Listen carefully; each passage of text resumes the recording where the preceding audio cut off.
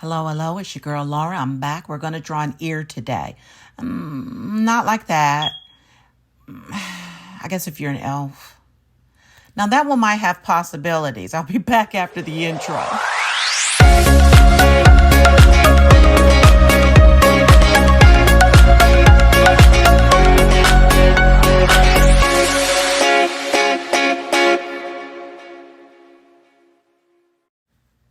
I'm going to make this video as short as possible. My videos tend to be long, and I'm going to try not to do that this time. So I'm just starting out with just a basic sketch of the shape of an ear. Now, the reference photo that I'm looking at is just a real simple, basic ear. And I'm doing that so that I can be able to demonstrate different folds and different values and shadows, and at the end highlights. So right now I'm just going to sketch it out. So here we go.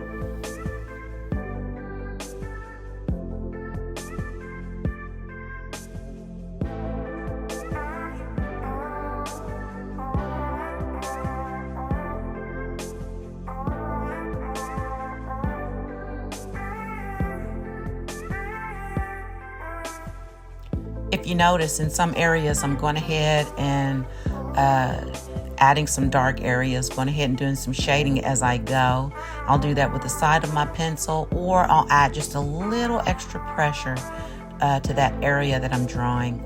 And again, this gives the feeling of shape to the ear and shows where the light goes away and folds kind of dip inside the ear, if that's a good way to put it.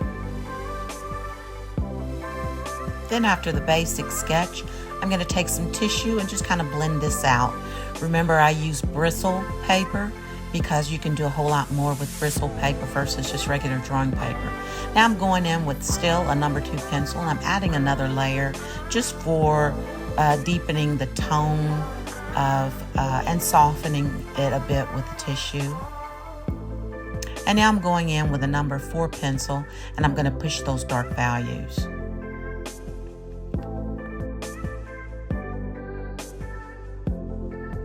I don't know if you have trouble drawing ears. Some people do. And I find that if there's a feature of the face or the body that I find challenging, I spend a little extra time just practicing just that one feature or that one body part. And I encourage you to do the same thing. It's not just about having talent. It's about practice, which develops skill.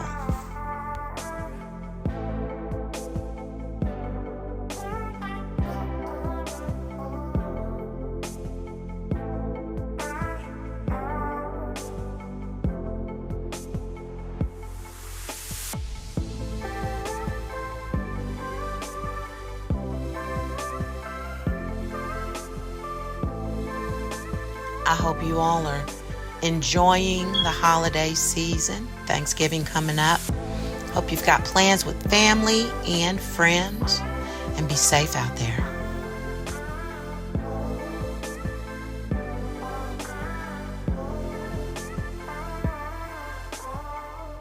So again, if you notice, I'm continuing to do some shading as I go along, but still, this is just the beginning. It's just the beginning. Y'all know I like realism, and by the time we're done with this, I'm hoping that it has sort of a fleshy texture to it, where it actually looks like skin.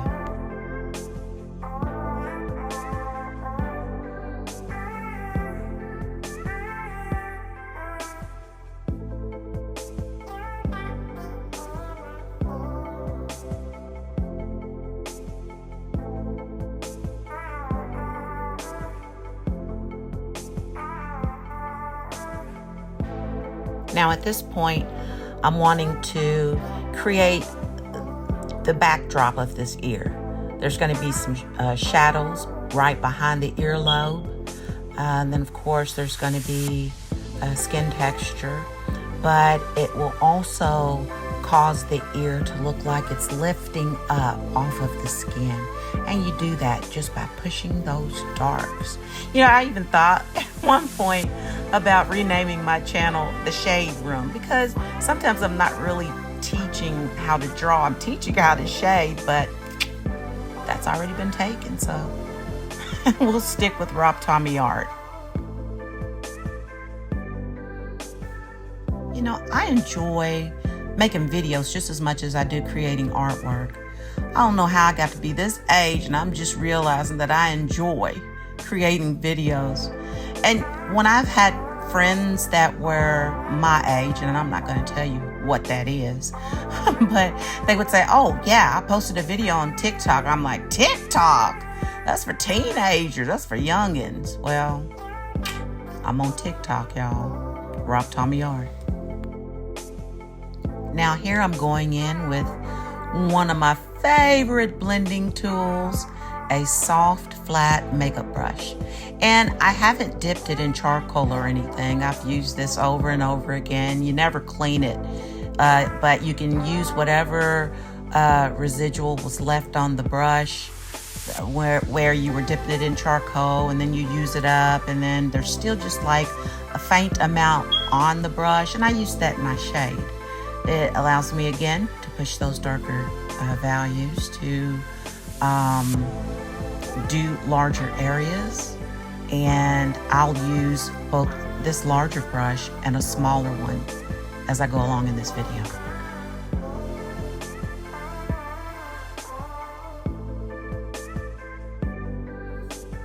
If you're still here and you find this tutorial or demonstration helpful, or if you know somebody who's an artist and wants to learn how to take their drawings to the next level, to make them more realistic, then hit that like and subscribe button. Also, feel free to get down in the comments and tell me what you'd like to see me demonstrate. I'd gladly do that. Sometimes I don't know what people want to see, and because I'm not an instructor, that information would come from you. But if you're still here and watching this video, thank you so much. Again, consider subscribing to my channel. The paper tool that I'm using now, that's a good blending tool, is called a paper stump. And I use this to really push the pigment into the paper.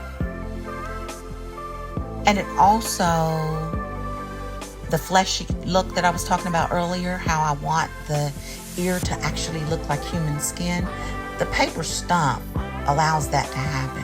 And here I'm putting down another layer of number 2 pencil, and then taking the paper stump and just pushing it in, and it gives it kind of a slick look to it, kind of a I don't know how else to put it, but a textured look that just blending it out with tissue and a brush wouldn't afford me.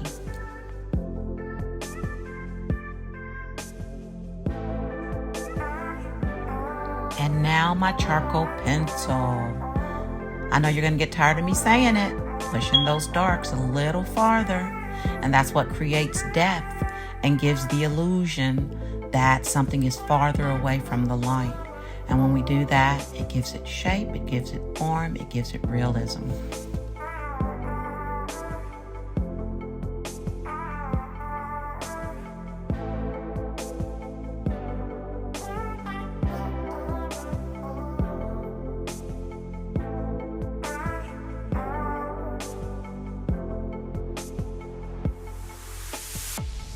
So what do you like to do that's creative? I believe it's God-given.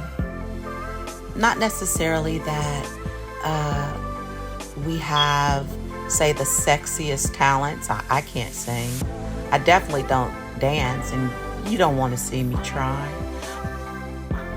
But what do you have an eye for or an ear for that makes you uniquely you? That's God-given, y'all. Figure out yours.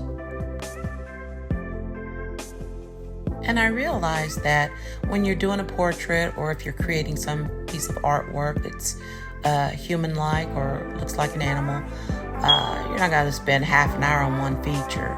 But this is just, again, for the sake of demonstration. If you have trouble with ears, then spend some time and just study ears. Or if it's eyes or the mouth, study that feature. one of my favorite content creators that's an artist. He hates doing hair, but his hair is bomb. When he's done with a portrait, the hair alone speaks to you. So this is just, again, spending this amount of time on this, and it's time lapse, so you know it took longer than what you're seeing, but you know, I hope you get something out of this. Now for this last minute, I am using an eraser and I'm pulling up pigment, creating highlights. And there you have it. Again, don't forget to like and subscribe.